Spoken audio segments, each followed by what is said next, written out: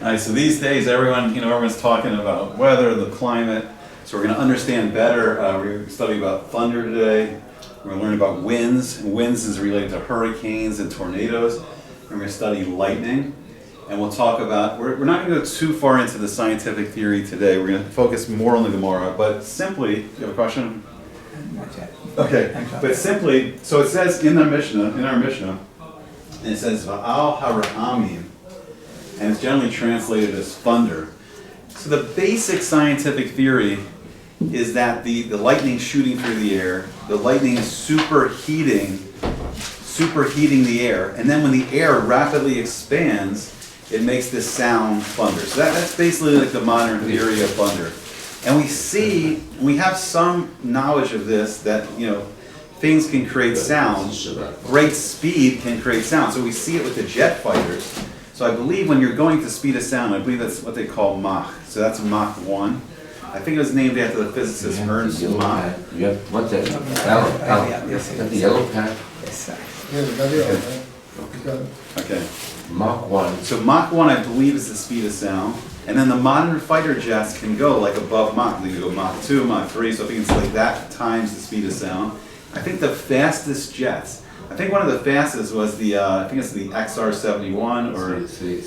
So they've actually, believe it or not, they got close to 7 Mach. 7 Mach. I think there's like 6.7, planes going. So, but they kind of scaled that back.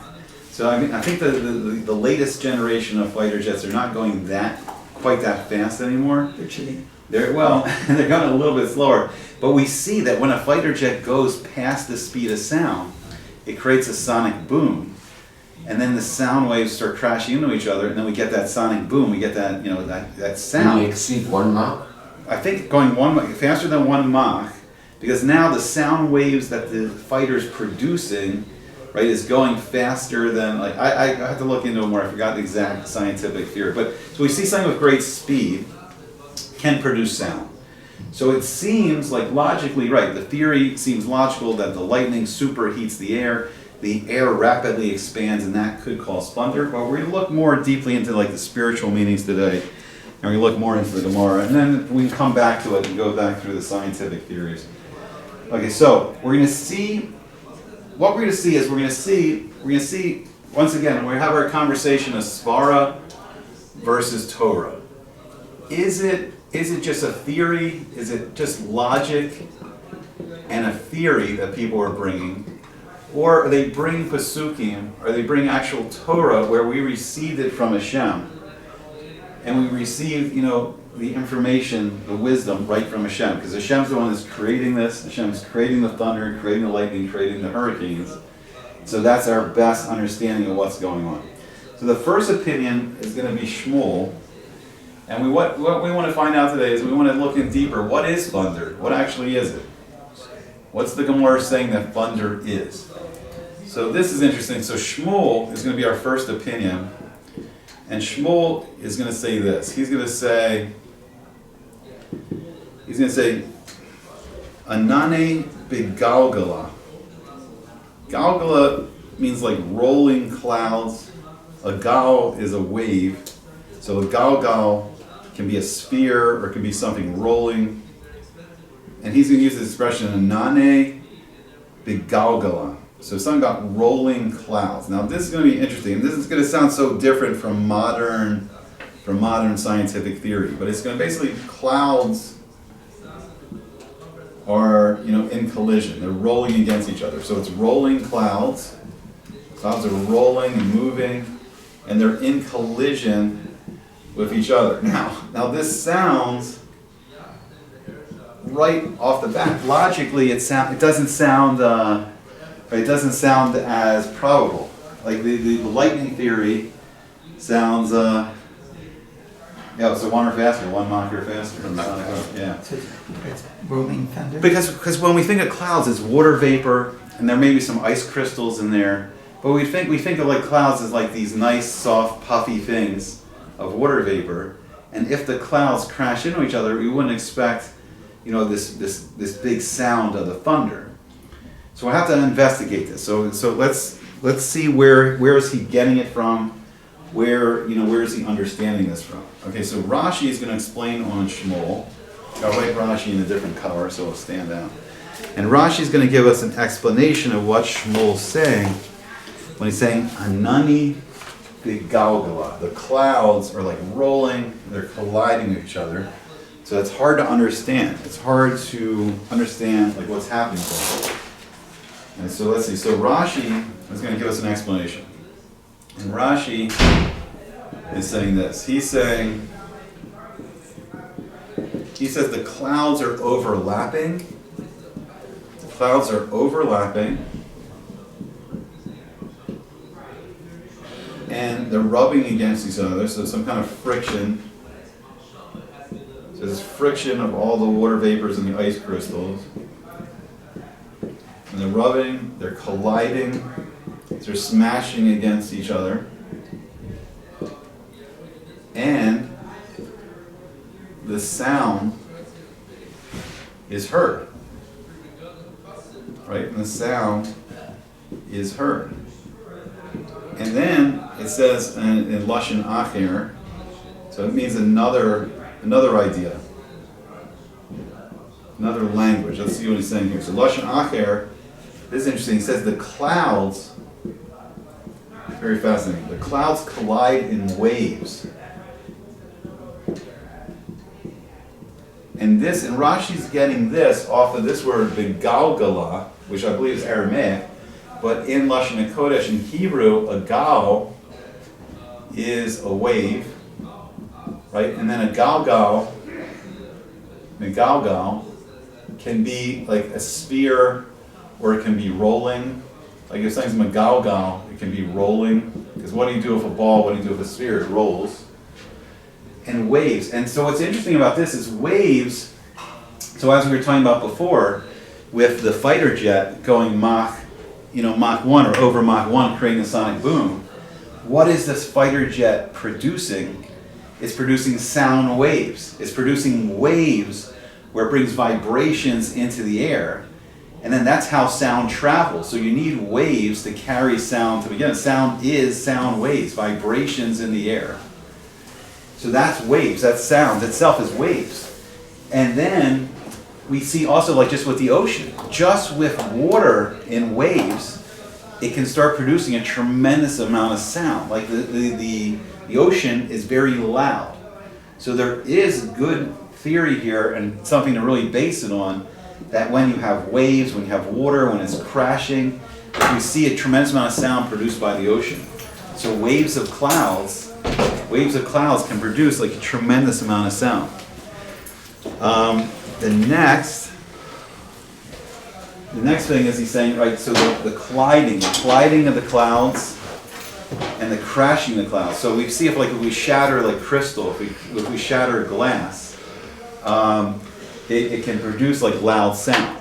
So if you have these ice crystals smashing against each other, even though we're looking at the clouds as being very soft, fluffy things, it could generate a tremendous amount of sound of just the waves and just creating vibrations in the air by their motion is what we call sound waves.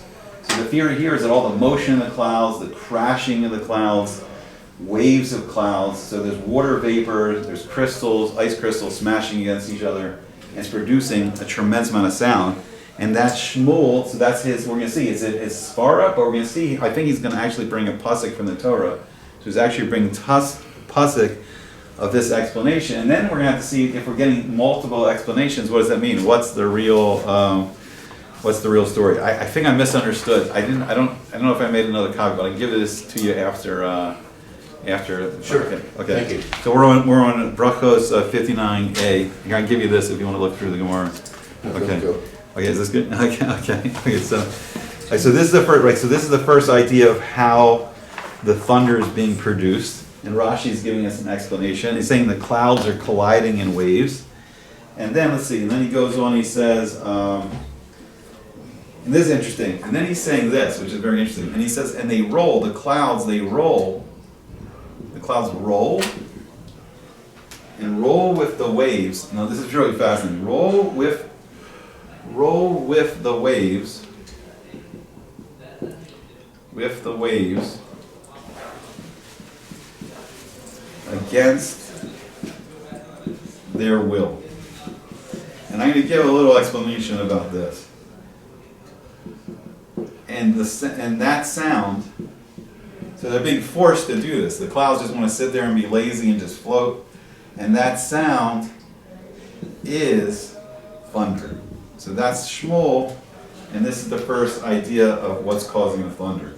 And then we're going to see that he's going to bring a pasuk to back this up. So we're going to bring a source from the Torah. Right, so we see this a lot in the Torah. It's very hard to understand. Like we see it right at the beginning, right in Parsha, Bereshis, that like the earth, like Hashem commanded the earth, he says, I want you to produce fruit trees that have seeds of fruit. And then the earth produces just trees that produce fruit.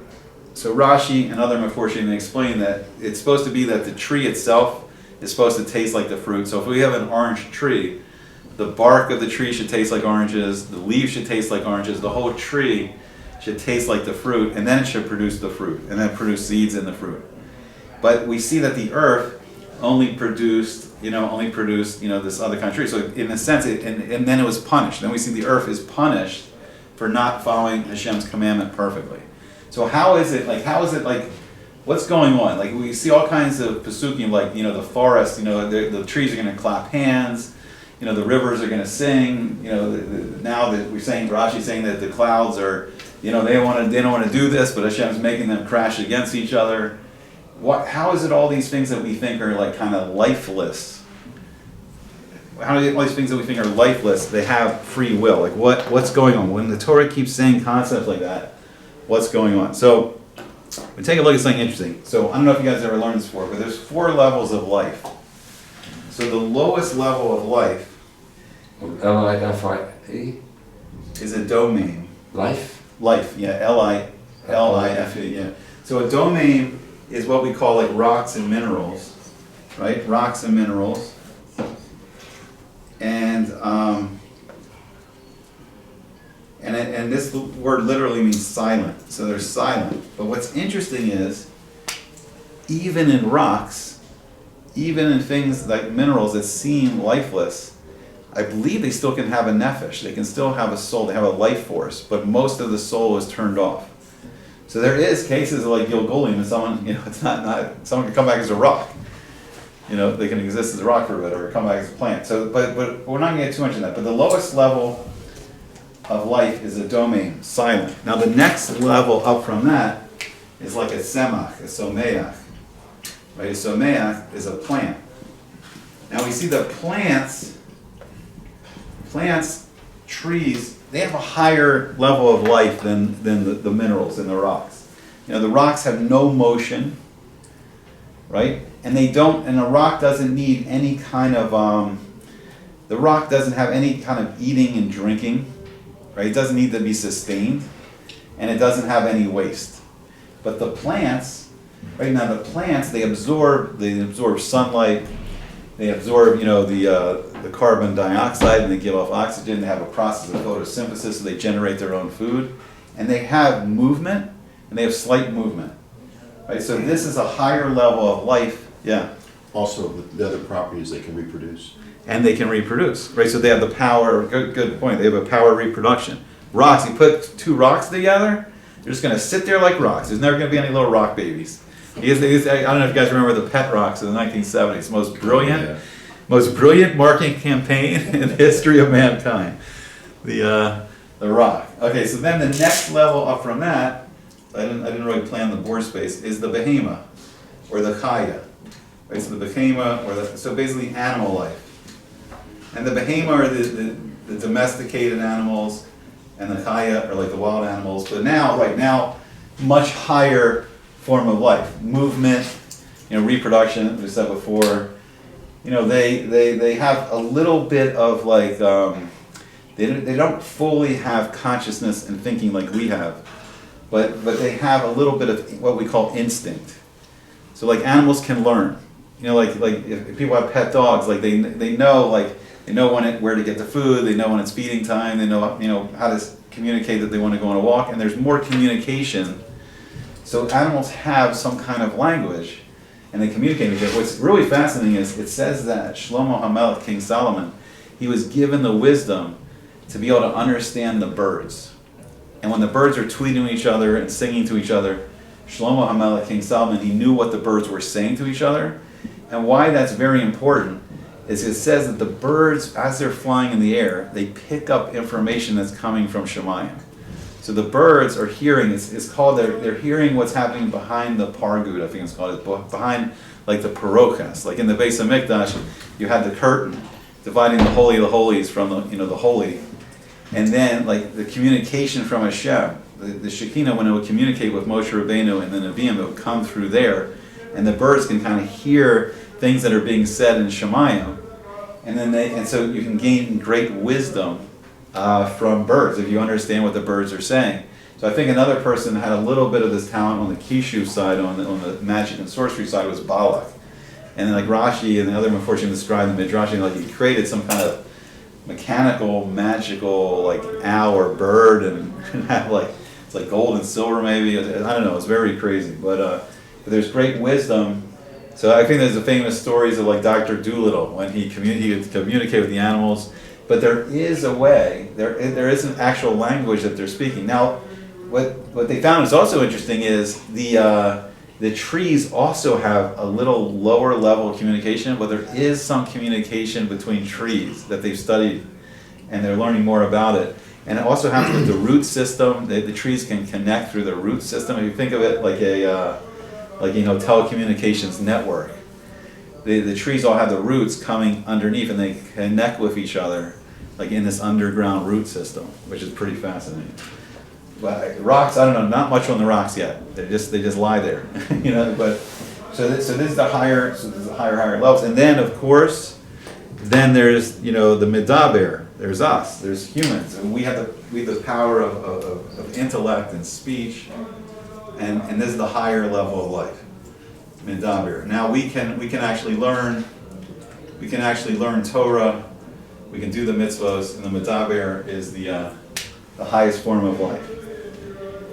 Okay, so now I forgot why I got into this. Okay, so why is, especially even with the class of domain, where it's the earth, the soil, the earth itself, the Adamah.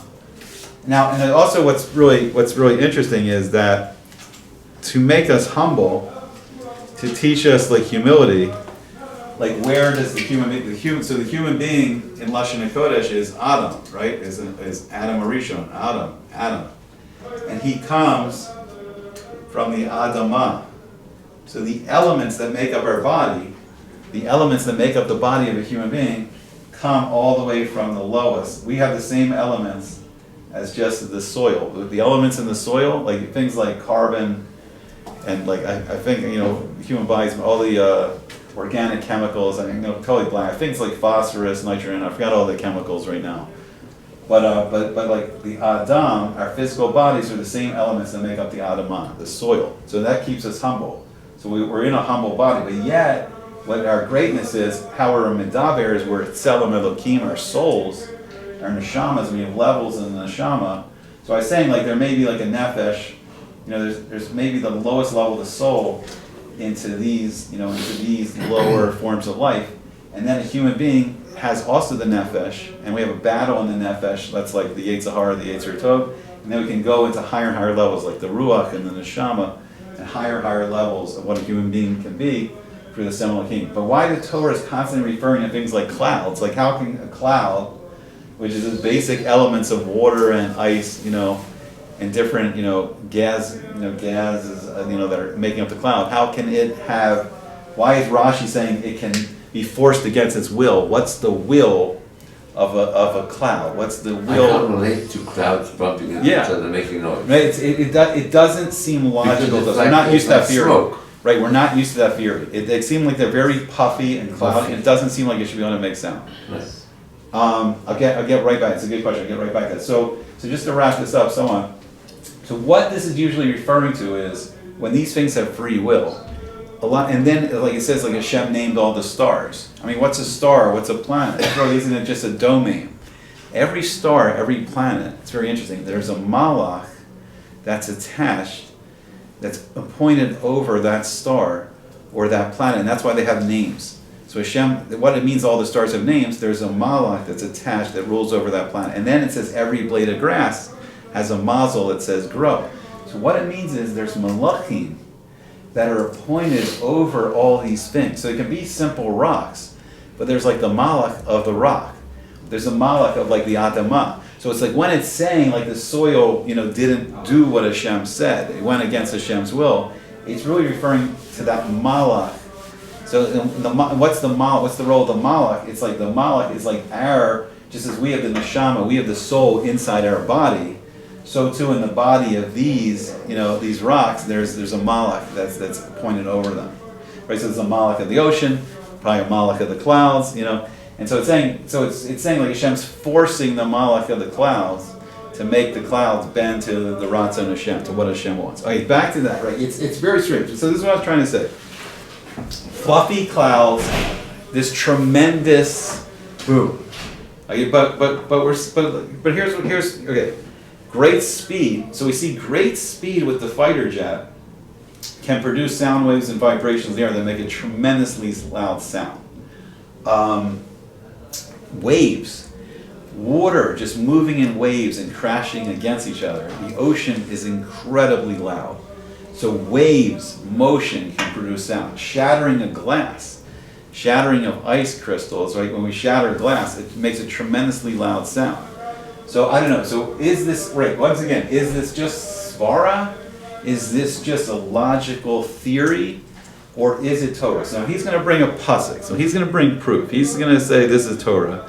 And he's going to bring a pasuk from the Torah. So here's what he's going to bring. He's going to bring from Tehillim.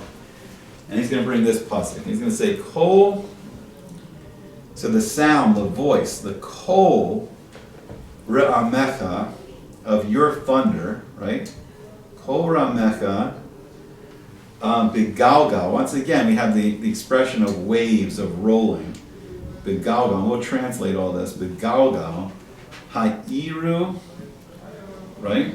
And then it, Ha'iru, like lights up, and this is going to be right. So this is all our phenomena we're going to talk about. Ha'iru Birakim, and the lightning lights up the world. Ha'ir is related to the word or. Ha'iru, we'll go through the translation of this. Birakim, right? Of the Tevel. When you talk about the seven definitions of land. So Ragza, then it's Ragza is it's like trembling, like shaking.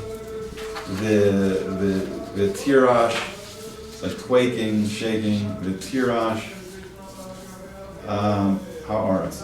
I ran out of little space there. Like Haaretz, and we'll translate all this. Oh wait, it's supposed to be an RS.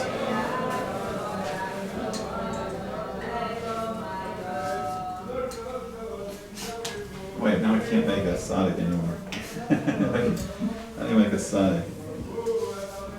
Something like that. I can't remember how to make a Sonic. Okay. It's like that. Or it's like that, right? It's like that one? It's that one. Okay. No, wait, that's the peg. Wait, so the Sonic's like this. It's like that one? Oh, we'll go with that one right now. I can't remember. I don't know, I'm blanking on how to make a Sonic. You did up there by the green one. Oh, let me see. Where did I do it? Oh, plants, right next to it. Right next to it. Go just right to plants, and you did it. Oh, there. Well, that's the first. That's the first one. It's the end. Sadi. It's the end of Sadi. I don't know. I'm all scattered. I'm scattered like the clouds right now. So let's see. So then it's going to be. This is going to be in Tehillim. Looks like Tehillim 77:19. Okay. It says Psalms 77:19. Okay. And let's take a look. Let's define this, and we'll see. So this is a lot of the phenomena we're talking about. So the kol. So where Shmuel's getting this from is he's saying kol is like a sound, right? So it's very interesting. So he's saying the sound. What the Torah is saying is the sound of your thunder, right? Very interesting. The sound of your thunder. It's begalgal. It's in the rolling wind. So he's translating that as the rolling wind. That's how he's saying rolling wind. So this could be like could be translated as rolling, could be translated as like spheres, waves, like gal is a wave, but he's translating as rolling wind. Now, if we think about it too, what is actually a sound wave? Like, what is a sound wave? It's like vibrations in the air. It's waves, rolling waves of sound in the air, but it's vibrations going through the air. So it can create, what it does is it creates like compaction, like compact air, and then you know, then an empty space, and then it's like just shocking the air, and that's what sound waves basically are, just creating vibrations going on in the air. So gal could also be described like that's a sound wave itself. So but what Shmuel's looking at is he's saying the sound of the thunder is coming from the galgal. So he's saying it's the anane begalgala. It's the rolling nature of the clouds and the crashing of all this water vapor and this ice crystals and all of them smashing together, and that's what creates the thunder. And then he goes on, and then and the pasuk talks about the lightning. The pasuk talks about the lightning, and it says the lightning bolts, so the lightning, the barakim, the lightning, which we'll get to soon. The lightning, it says lights up. This lights up the world. Tevel is one of the names of the world. And then the Ragza, and now the let's see, the earth. Wait, it's like, how can I not?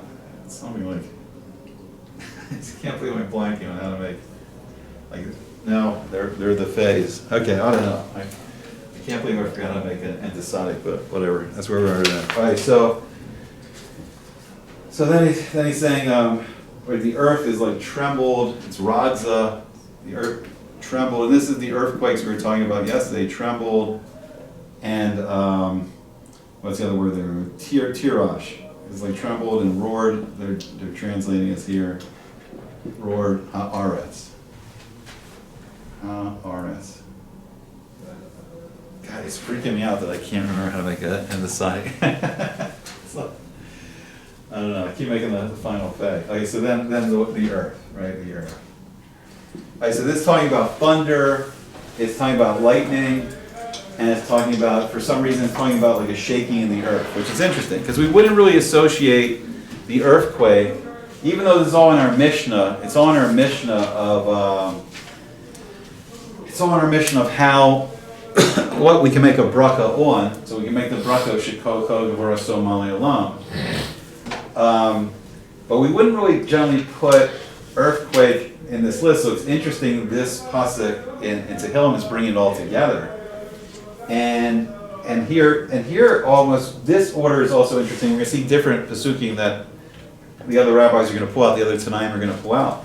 We wouldn't expect thunder to be after the lightning, right? Because what travels fast? Like this light travels so much. We talked about this before. Light travels so much faster than sound, right? Light travels 186,000 miles every second, 7.5 times around the earth every second.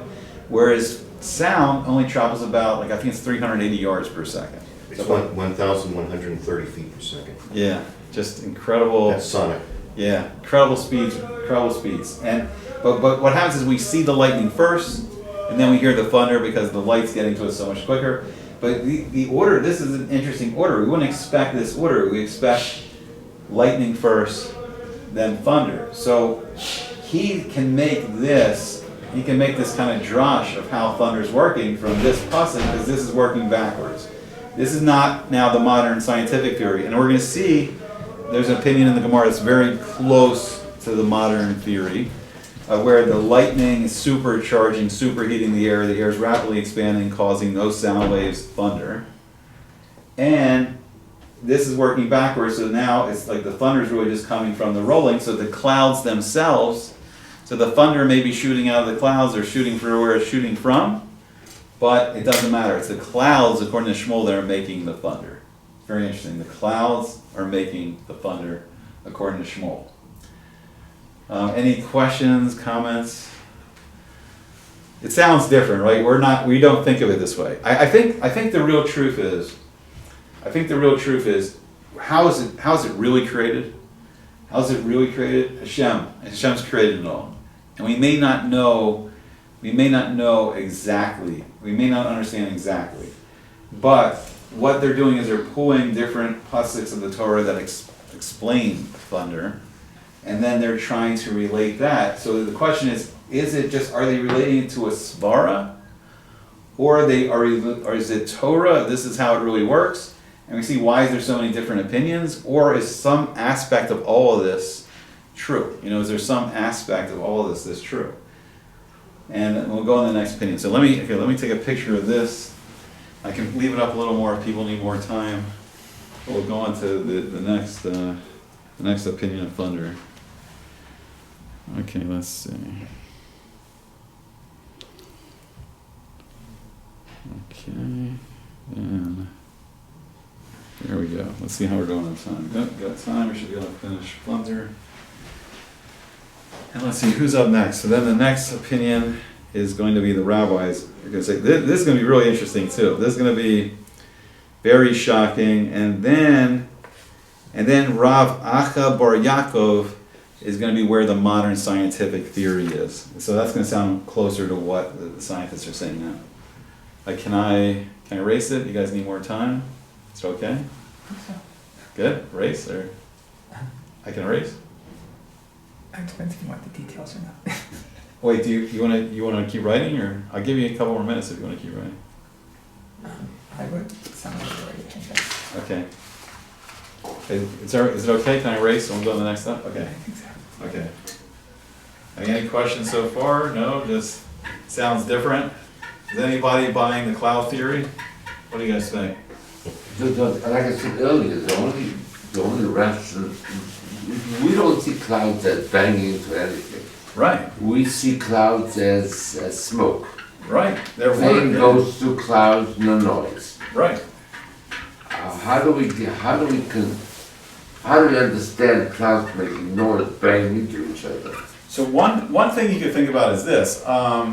When it's a nice sunny day and the clouds are just floating there, the clouds are not moving so much.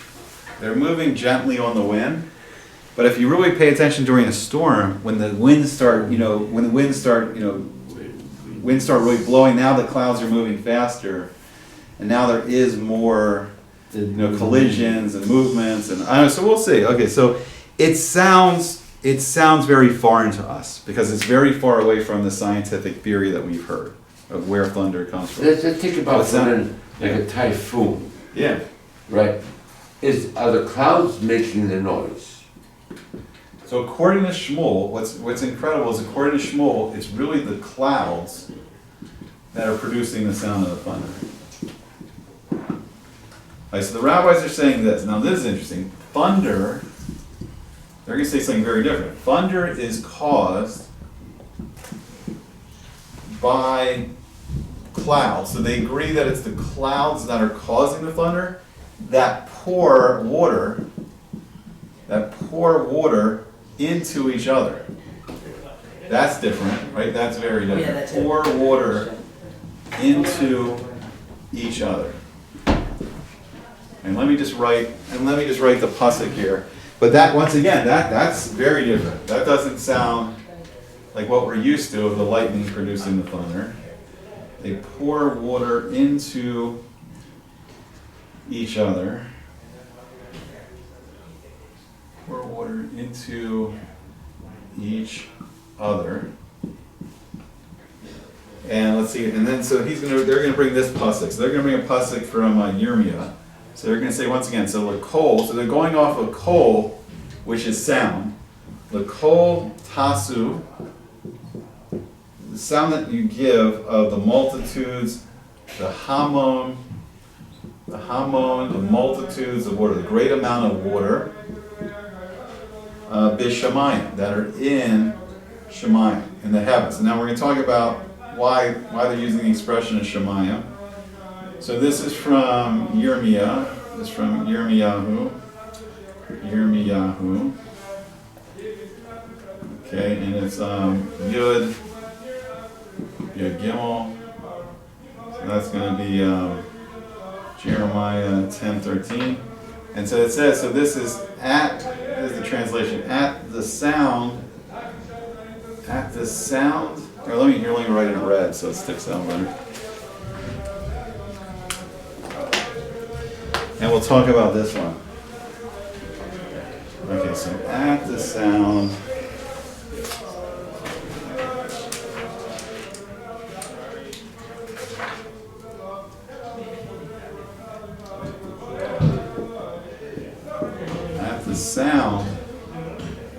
of his placement, like it says tasasu, his placement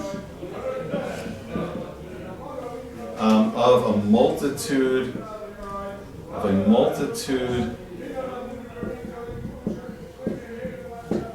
of water in the heavens. Okay. And this is, as we said before, this is Jeremiah 10:13. All right. What has this sound? It's a lot of water crashing into each other. So there's a lot of water vapor, there's a lot of water. Now, if you think about when a rainstorm starts, there's such a density of water in the cloud that the theory is that the water starts coming down as raindrops. The water is coming down as raindrops. So when you have rain clouds and they're very gray, they're very filled with moisture, they're very filled with water. So then when they're banging into each other, that's producing the sound of thunder. So once again, it's like when you look at the ocean roars, the ocean definitely is making sound. All the roaring waves of water banging into each other is producing some kind of loud roar. So he's using the pasuk, the rabbi's using the pasuk from Yirmiyahu, and they're saying this great multitude of water in the heavens. So now just by placing the water in the heavens, that's creating a kol, that's creating a sound. So what does it mean? What does it mean in Shemayim? We don't always think about the earth as being in Shemayim. We don't think of the sky being Shemayim. I can show you something interesting. It says in Gemara there's 7 levels of the Rakia. We'll talk about 2 of the lower levels. So we'll draw a little earth here. So this is us on the earth. We'll have little continents here. We'll do a little continent here. And we have the earth here. And we'll start talking about the first 2 levels of the Rakia. So the very first level of the Rakia there's opinions that this is the first level of the Rakia. So the very first level of the Rakia is called Vilon, right? It's called Vilon.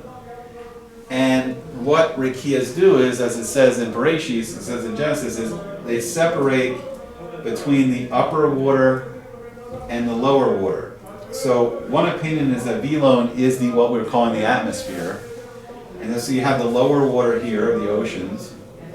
So this is lower water, and then this is upper water. So in the clouds, you have the upper water, and then the sky itself is the first Rakia. So this is the first Rakia, right here. Now then, the next Rakia is actually called a Rakia, and so above the next Rakia is then, like Rambam will say, in the next Rakia is like the moon, the sun, the stars. So the next Rakia is called Rakia, and that's now dividing between all the waters on earth, the physical waters and the spiritual waters. But the lowest level Rakia is really just between the clouds, the upper water, and the lower water. So that's why Yirmiyah is calling the sky, he's calling the sky Shemayim, because this is the Aretz, and then, so even where the clouds are, he's calling Shemayim. So the clouds are Shemayim. Okay. Does everybody, that makes sense? Everybody got that concept? Rakia? Let's see where we got a little more time. Let's do the next opinion. Who agrees, disagrees? Water smashing against each other, is that going to create the thunder? It does seem like the waves make a different sound. It doesn't seem like the waves make a sound like what we're used to. Okay, so this opinion may seem This opinion may seem closer to modern scientific theory. So then we're going to see Rav Acha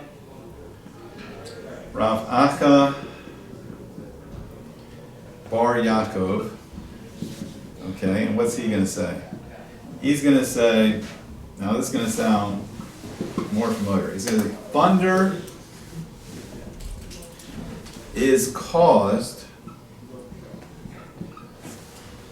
by a powerful lightning bolt.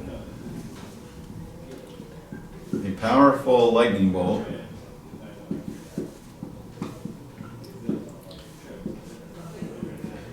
that strikes a cloud.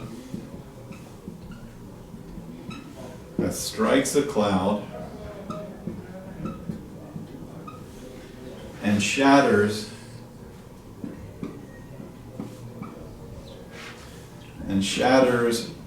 pieces of hail. Because up in the atmosphere, up in the sky, the water gets colder and colder as it goes higher and higher into the air, and it begins to freeze. So we not only do we have water vapor in the clouds, the scientists think that we also have like ice crystals. And now Rav Acha Bar Yaakov is saying like thunder is, lightning bolts striking the clouds, and then it's shattering the hail inside the clouds, and then when it shatters that hail, it releases this explosion into the air, and that can create like the vibrations that would create all the intense sound waves. And this sounds closer. It sounds closer to modern scientific theory. Now, I do want to point out that I don't think this is exactly like the modern scientific theory, because I think the modern scientific theory is just that the lightning is superheating air, and then the air is rapidly expanding. Whereas Rav Acha Bar Yaakov, he's saying that the lightning is striking the ice crystals, the explosion of the ice crystals in the clouds, that creates the explosion. That creates the explosion of air that makes the loud thunder sound. And there could be, what's very interesting is, could be a combination, that Hashem's using a combination of all these factors. It could be that all of these are true, and it probably is. It's like Ilu v'ilu divrei, Elokim Chayim. All this and this one is the word of the living God. It could be that it's all these factors coming together, that you need some kind of collision of clouds, you need this collision of water, banging against each other, you need the shattering of the hail, and then we'll get to the next opinion. But it could be like Hashem's using all of this that's happening in the sky to create that loud thunder that we hear. Right, so that's the rabbi's opinion. And then let's see what Rav Ashi says. And then we'll come back, we'll take a break after Rav Ashi, and we'll come back to see what, we'll leave it on a cliffhanger, and we'll see what the Gemara seems to paskin, or what the Gemara says about all these opinions. So then Rav Ashi says this. Rav Ashi says when there are hollow clouds,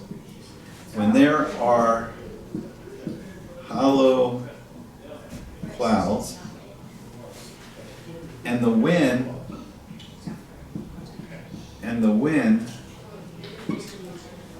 comes and blows in their openings,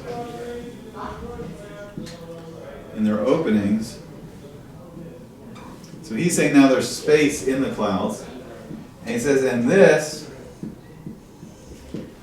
is similar. This is similar to when wind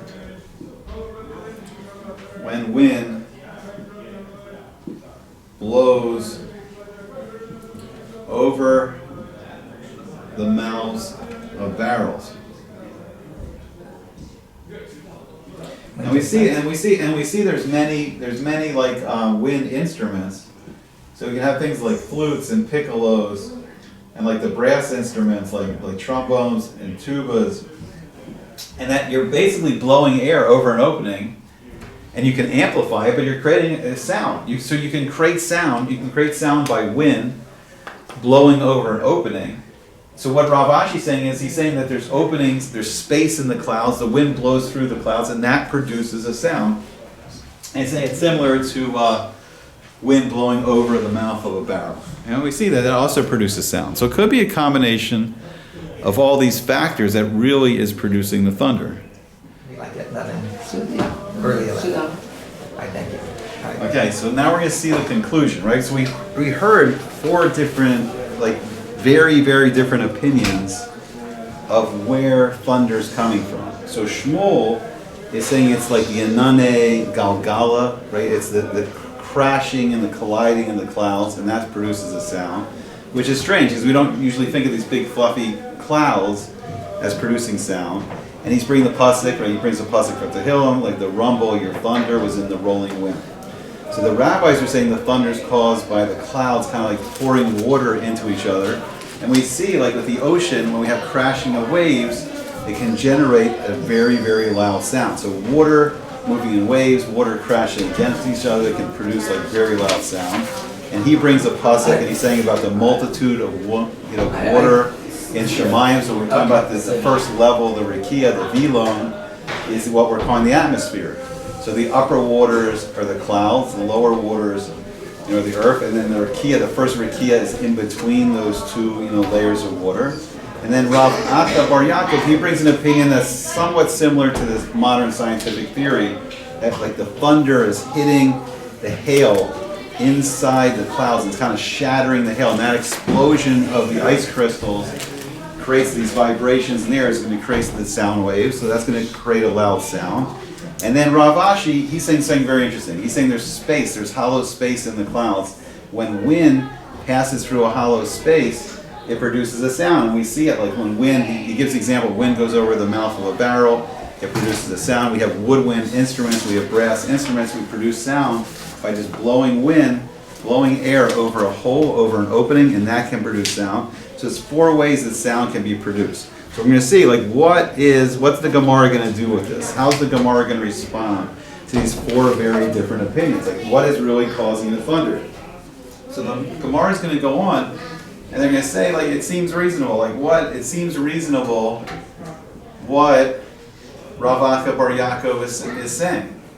Now, it's going to seem more reasonable to us because this is closer to the modern scientific theory. But just to make it really clear, the modern scientific theory, we'll go through it once again, according to the modern science, the lightning is superheating the air, and then that rapid expansion of the air is what they're claiming causes the sound. So this seems the closest, and why the rabbis see it seems reasonable to say, like Rav Acha Bar Yaakov, why does it sound so reasonable to say like him? And it's going to say, because what do we actually observe? When we actually observe thunder, what do we see? We see the lightning flashes, right? The lightning flashes. So we see lightning first, and we talked about that, right? Light travels much faster than sound. Then the clouds rumble. Then we actually hear the sound of the thunder. So we see lightning first, then the clouds rumble, and he says, and then the rain comes. So now this is interesting. Now the rabbis are adding something interesting here. They're adding another dimension where they're saying the storm itself, they're saying what is releasing, it's very interesting, what's releasing all the water from the clouds, and they're saying it's the lightning hitting the clouds, shattering the ice crystals. So if you think about the ice crystals are kind of like a support for all this water vapor, all this water in the clouds, and then you shatter that, so you shatter this ice structure holding back the water, and then the water comes pouring out. So what the rabbis are saying here is Rav Acha Bar Yaakov is much more reasonable, logically. We see lightning flash, we see the clouds, rumble, and so it's lightning, thunder, and then it's actually, the lightning and this whole process is actually releasing the water from the clouds. So it's very interesting. So they're saying it's more Mustafa. It's a better theory of what we actually observe. And let's see, let's see what they're saying here. So it's saying logically just what we observe, that makes sense. Now here's what the Maharshal says, it's very fascinating.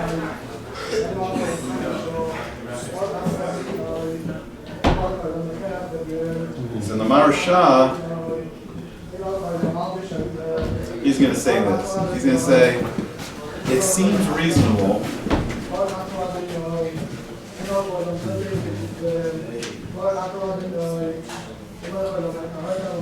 It seems reasonable to say that the lightning bolt smashes the airborne hailstones. He's going to comment on this. So he's going to comment on what the rabbis say here.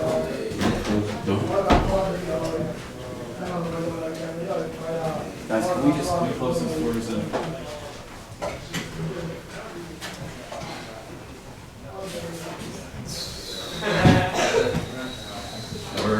It's bursting with excitement today. So it's reasonable to say that the lightning bolts, right, that they smash, they're smashing into the airborne hail.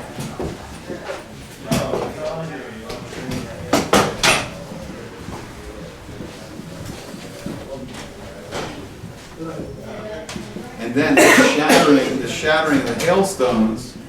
So we notice when glass shatters, it produces a sound, and this is the thunder that we hear. So it's actually the shattering the hail is the thunder we hear.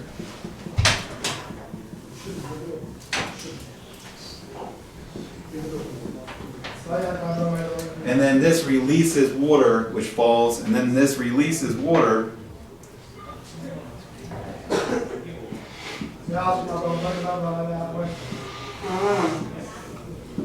It's releasing the water that falls to the earth.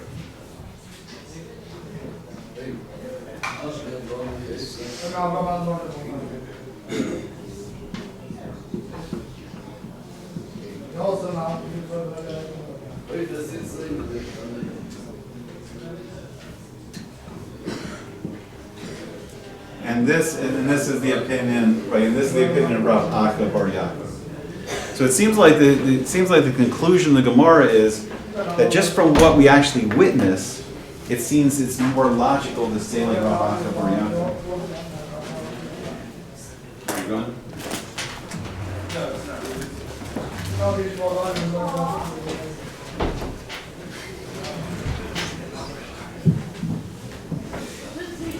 Okay, so I guess we're just going to be managed today. Alright, so this is, right, these are the four opinions of what's causing thunder. Okay. I'll pick me up.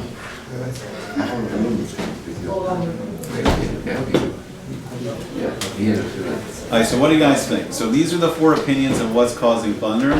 What do you agree? Does it sound different? Or does it sound very different from like the theories that we've been taught? And what is this? What's the secret? Like, what's the secret behind the thunder? We have four different opinions. The rabbis are saying, wait, it seems logical what Rav Akka Bar Yaakov is saying. What do we experience? We see the lightning flash, we hear the thunder, and then maybe it starts to rain. Now, I don't know. But that's sometimes, reasonable that we see. but does it rain first? I don't know. We have to really pay attention to the next storm. Next storm, we have to really pay attention. See what's going on. Thunder, rain. Yeah. For sure, lightning first, then thunder. But then is it always rain? So Rav Akka Bar Yaakov is saying it's really the lightning that's causing the rain. Like if you think about it, the clouds are holding all that water, and there needs to be a mechanism that releases all the water. So he's saying all the ice crystals in the clouds. If you think about it, it's like the ice crystals are holding in the water, and then you break the ice crystals, and now all the water starts to fall. Right, so then we're going to go on. So this is thunder, and now we're going to go on to winds. We're going to go into the next topic of winds. And it's also interesting. It's interesting that the Gemara in Brachos 59 here. It's interesting. It went in this order. We would really think that we would have lightning first, then thunder, and then deal with hurricanes and tornadoes, like in a different section. So it's very interesting that the way the Gemara chose to handle it, the way the Mishnah had everything arranged is thunder first, then winds. Thunder, winds, and then lightning. And then lightning. Right? So the way the Gemara organized it from the Mishnah is thunder, winds, and then lightning. We really expect, we expect what? According to this, lightning, thunder, rain. and then maybe winds, or rain. Yeah, rain. Yeah. And then the blessing on rain, I think we get later in a later section. Okay, let me erase this. We'll go into winds now. Winds, when we're talking about winds, we're talking about massive storm winds. We're not talking about a gentle breeze. Like if it's a nice gentle breeze, Typhoon. we're talking about like typhoons. We're talking about hurricanes, tornadoes, just really, I really have typhoons every year. Oh. Major typhoons. intense storms is what we're really talking about with Big Ruach. time. Okay. Crazy. So now the next section the Gemara is going to deal with is it's going to be on the ruchos, on the winds. Okay.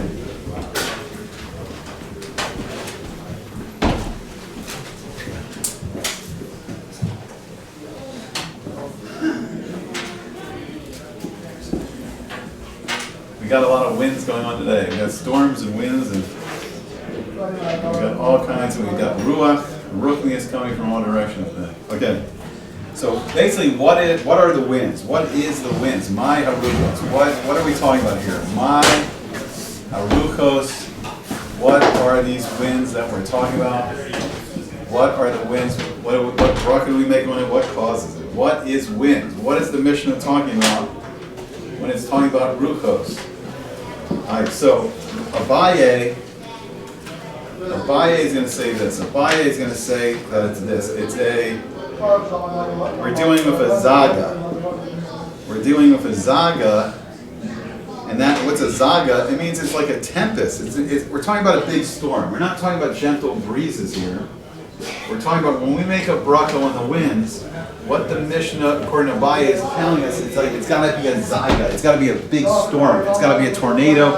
It's got to be a hurricane. We can't just make a bracha on a nice gentle breeze. We're talking about when we see a hurricane coming in, we can make a bracha on that. If we see a tornado, if we see a monsoon, like these are the kind of winds we're talking about for the bracha. we got winds today. We got winds. Everything's blowing today. We got people coming in and out. So then, let's see what the Rosh says. So the Rosh, our friend. Right, our friend Asher ben Yechiel, the Rosh is going to say, he's going to say extremely, extremely strong. What can we make a bracha on? Extremely strong storm winds. Right? Storm winds. Wait, let me get that back.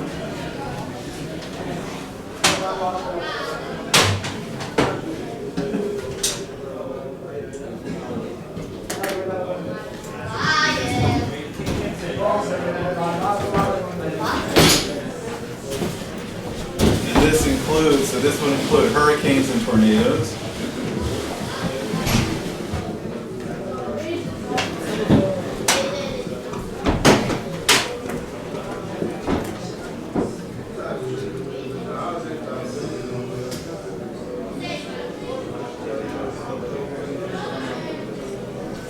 Okay, and we're going to see from the Yerushalmi.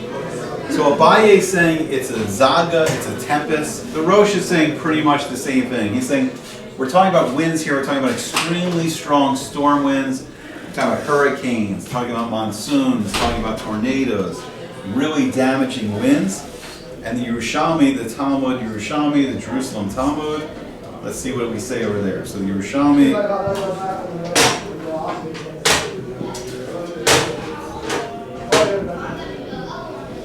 So it distinguishes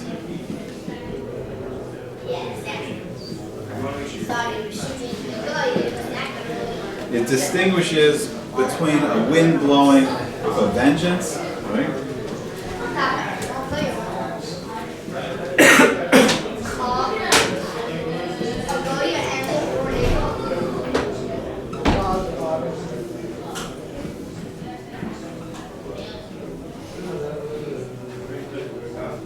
Vehemence, really strong, damaging winds, and we say Shekoko Gerusa Male Olam, and that's where we're going to say the bracha.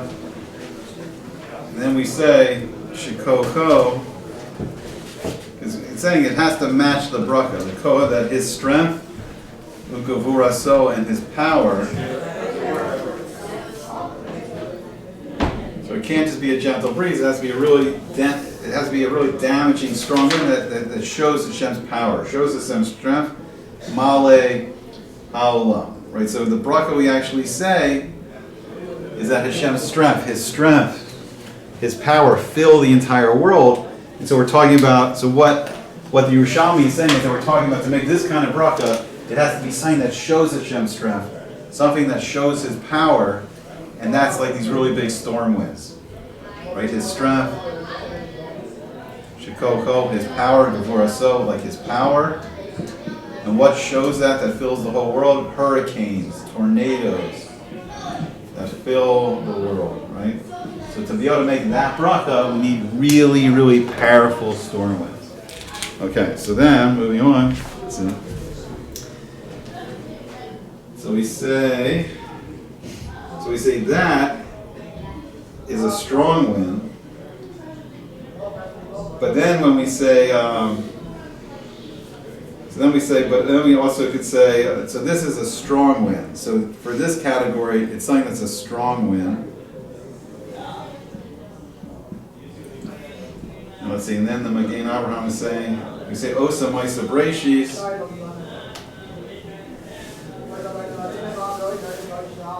Wait, when a wind's blowing with heaven, we say this.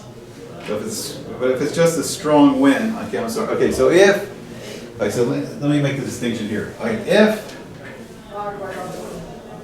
it's something like a hurricane, this is very interesting. So if it's a hurricane, if it's blowing like with a vengeance, we say the Shekoko Gevuraso Malelam. But what the Magen Avraham brings here is very interesting is if it's just a strong wind. So we can even make a bracha according to the Magen Avraham. So on just a regular strong wind, right? So let's say like a tropical storm, I think it has to get up to at least start getting up to 40 to 60 miles per hour. But let's say we just have like a wind that's like 10 miles per hour, 20 miles per hour. That's still, we can really feel that. We get a 10 mile per hour wind, 20 mile per hour wind. That's a strong wind, but it's not a tropical storm. It's not a hurricane level. I think to get into the hurricane level, you have to start approaching I think somewhere around 70 to 80 miles per hour. But on just a strong wind, we can make the bracha of Osei Maisa Breshis. So this is the Magen Avraham saying that we can make this on just a very strong wind. So even if the wind's just blowing at let's say 10 miles per hour, and we really feel it, but it's definitely not a hurricane. So then we make this other bracha of Osa Maisa Bereshis. Osa Maisa Bereshis. And this is the opinion of the Magen Avraham.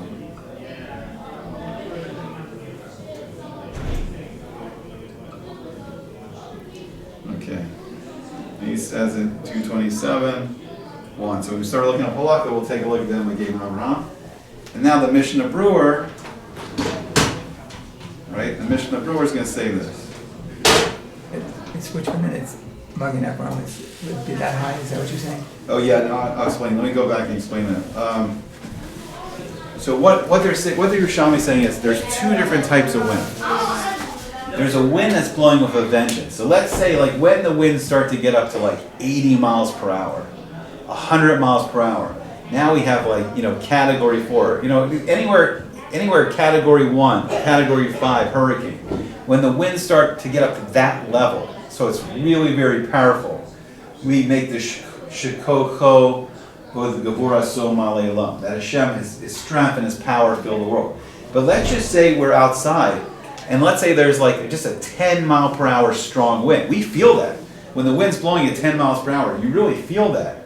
But on that strong wind, not a hurricane, not a tornado, we can just make an Osem Maisa Bereshis.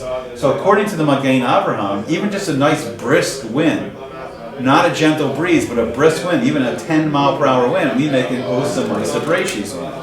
So now the Mishnah Brewer is going to say further. So the Mishnah Brewer, the Prophet's Hayim, he's going to say this. He's going to say,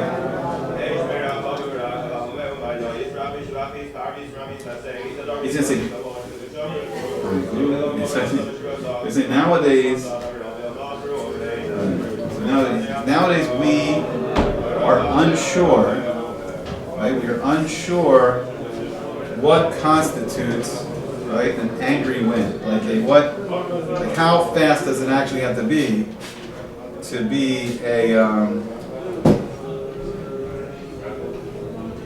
what's a vehement wind? What's an angry, like vengeful wind? You know, what it have to be up to that level, right?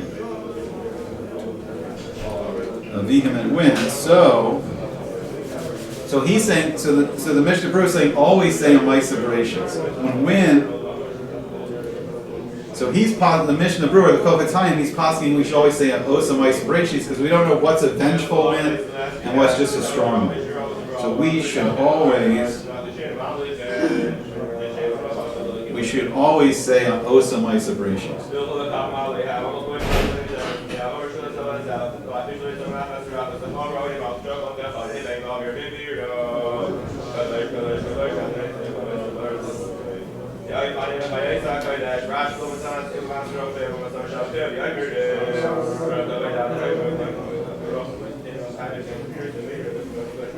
I know it's blowing around like Wednesday. Does anybody have any questions on where we are so far? I feel like we're in a storm. Okay. Let me just pause this for a second. See, that's the other interesting thing. I don't know if Eretz Yisrael, I don't know if Israel ever really gets hurricanes. It doesn't seem like that's a natural thing that happens in Israel. All right, so what Abai is saying is, Abai says we have Masorah, we have a tradition that a tempest, like a hurricane, will not occur at night. But now the Gemara is going to go crazy and ask a big question. It's like, but wait a second. Sometimes there are hurricanes at night. Sometimes there are tornadoes at night. So what does that mean? How can that be if what we actually see? But then the Gemara says, but, I'll write another color. But no, wait a second. The Gemara is like, not so fast. We see hurricanes at night. Like if you ever watch like the hurricanes, sometimes like they'll hit sometimes in Florida, and they start working their way up the coast, and they start going into like Georgia, South Carolina, and sometimes it is at night by the time it gets up to northern Florida or one of those states. So the Gemara says, wait a second. But he's never gone to Georgia, though. That's true.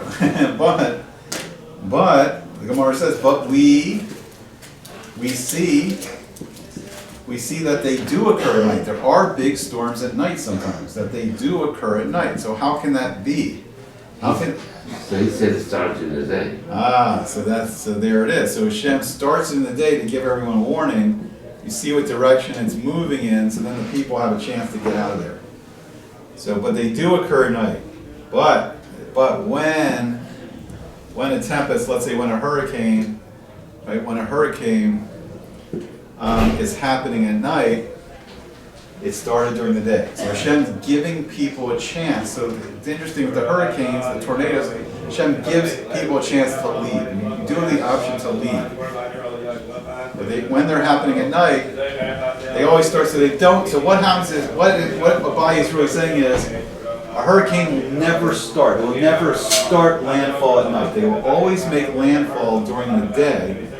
And then sometimes they'll pass over areas at night. But it gives people a chance to leave. But it started during the day. It always starts during the day. Hashem's always giving people a chance to leave. So then Abai says this next. I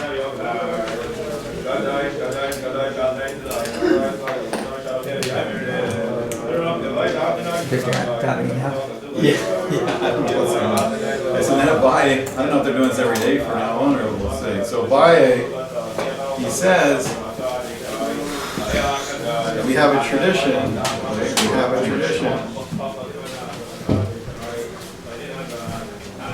We have a tradition that a tempest will not occur. Oh wait, we did that already. We have a tradition that like a tempest, a hurricane, a tornado, that a tempest. Now this is interesting. Will not last 2 hours. It will not last for 2 hours.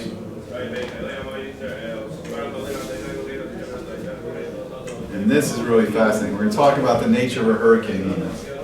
And this fulfills the pasuk, and this is from Nachum and Navi. And it says, Lo to come, I will not establish it, I will not bring it up. Ha'amim Tsara. I will not bring a Sarah, I will not bring like a hurricane sign twice. I won't bring it twice. So misfortune will not arise twice. A Sarah, a suffering will not have, Hashem never brings the same suffering onto the world, right? So the translation is misfortune, or a Sarah, Sarah, so some kind of disaster, some kind of force of like disaster, destruction, right? So it's Sarah, misfortune, will not arise twice. Will not arise twice. And I'm going to show you something very fascinating about the nature of a hurricane. And this is from Nahum, the Nevuah of Nahum. It's in Parak 1 and chapter 9, Pasuk 9. Okay, 1:9. Okay, so let's take a look at the nature of a hurricane. We're going to see something really fascinating here. I mean, it can be tremendously destructive. Tremendously destructive. So what do you have? Yeah, You have these swirling winds Right, that make up the hurricane. right. It's in the hurricane that's swirling around. But what's fascinating is you have an eye. You have the eye of the But the hurricane. airplanes go in the middle of the eye to measure certain things. So now, you have it coming this way, and it's coming this way, Right. and it's like, going around, right? So this is our hurricane. But you have a calm point in the middle, the eye of the No hurricane. movement. So I don't know if anyone's ever experienced a hurricane. It's an incredible thing. I never forget. Like I was in Boca Raton, Florida during Hurricane Andrew. I remember this one. And actually, That's where we live right that's now, a big one. where we live right now, the first night we moved into our house here in Baltimore, it was Hurricane Sandy. And I was just learning. I was learning Gemara. I was davening. I was like, Hashem, please, don't make this real destructive. And then it like passed by us. It didn't hit us so hard. We weren't near the eye. I was like, okay, we're gonna be fine in this house. We had a hurricane our first night. It wasn't that damaging, so Baruch Hashem. But it was incredibly powerful. If you were in the storm's path, like thank God we were not really in the path. But Hurricane Andrew, I saw. Now it was about an hour south. It hit like below, like in Coral Gables, I think a little below Coral Gables, Florida, and it hit there. I think in Homestead, Florida. So we were about an hour north. And I was just watching, like the palm trees were like this. There was, it's like me and my father would cut down all the coconuts from the palm trees before the storm started because they can be very dangerous. They can be like projectiles. They can be like cannonballs. But I was watching the trees, bam, bam, bam, right? And this is just an hour north from the eye. And it just, everything's blowing, intense wind. Palm trees are blowing back and forth. But then, when the eye passes, right, so if you're in the middle of the hurricane, it's just peaceful and sunny and calm. So it's only going to be in this really drastic hurricane, and then it's peaceful, calm. The sun comes out because there's no storm above you for that little time, for about 20 minutes, and then it hits you again. So you get hit by one side, you hit by the other side. So here's the question. So it's a big kasha, right? It's a big kasha on what Abaye is saying.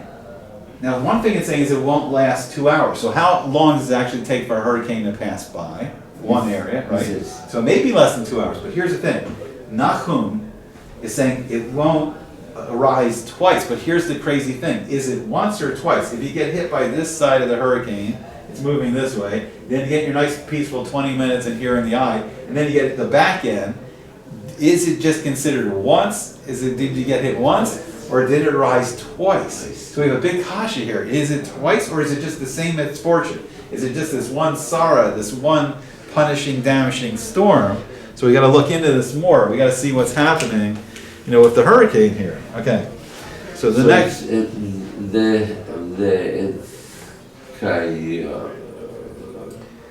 But there's a tradition something that's at Sarah will never last more than 2 hours. But the Gemara says, but wait a second. But wait, sometimes these things do last. They do last for more than 2 hours, right? They do last. So let's see. So what is it? So the Gemara is saying, but we see, what we actually see in the world, but we see that it does last. That sometimes it does last for 2 hours, right? It does last for 2 hours. So what do we make of all this? How do we understand this? So when it lasts that long, now this is very interesting. So what the Gemara says is when it lasts that long, when it lasts that long,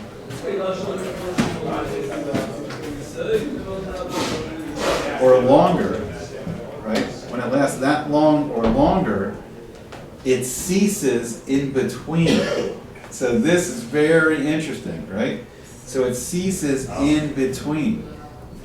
So what Hashem does when He brings the hurricane, so this is what Nahum Hanavi is saying. This is what the Nevuah, the prophecy of Nahum is saying. It's very interesting.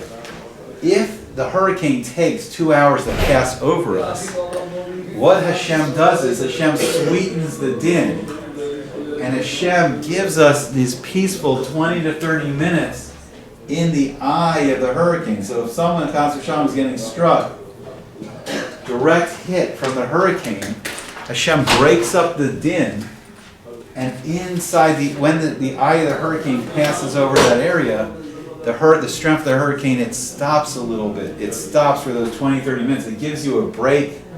So it's not a constant 2 hours or longer of the din or the pounding storm.